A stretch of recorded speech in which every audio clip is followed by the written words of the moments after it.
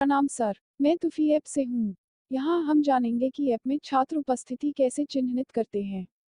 हमने छात्र लॉगिन को जोड़ना और देखना सीखा है। अब हम सीखेंगे कि छात्र उपस्थिति को कैसे चिन्हित करें और अपने छात्रों को एसएमएस भेजें।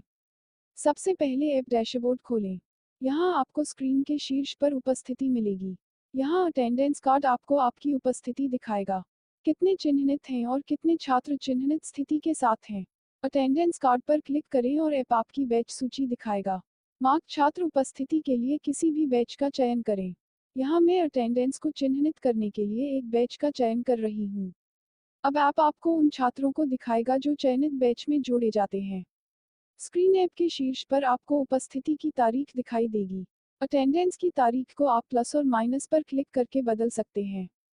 और इसके अलावा तारीख पर क्लिक करें और कैलेंडर से तिथि का चयन करें। अब उस तिथि के नीचे आपको एक क्लिक में सभी छात्र उपस्थिति को चिन्हित करने के लिए 4 विकल्प दिखाई देंगे। उनमें से किसी पर क्लिक करें और ऐप उसी के रूप में चिन्हित करेगा।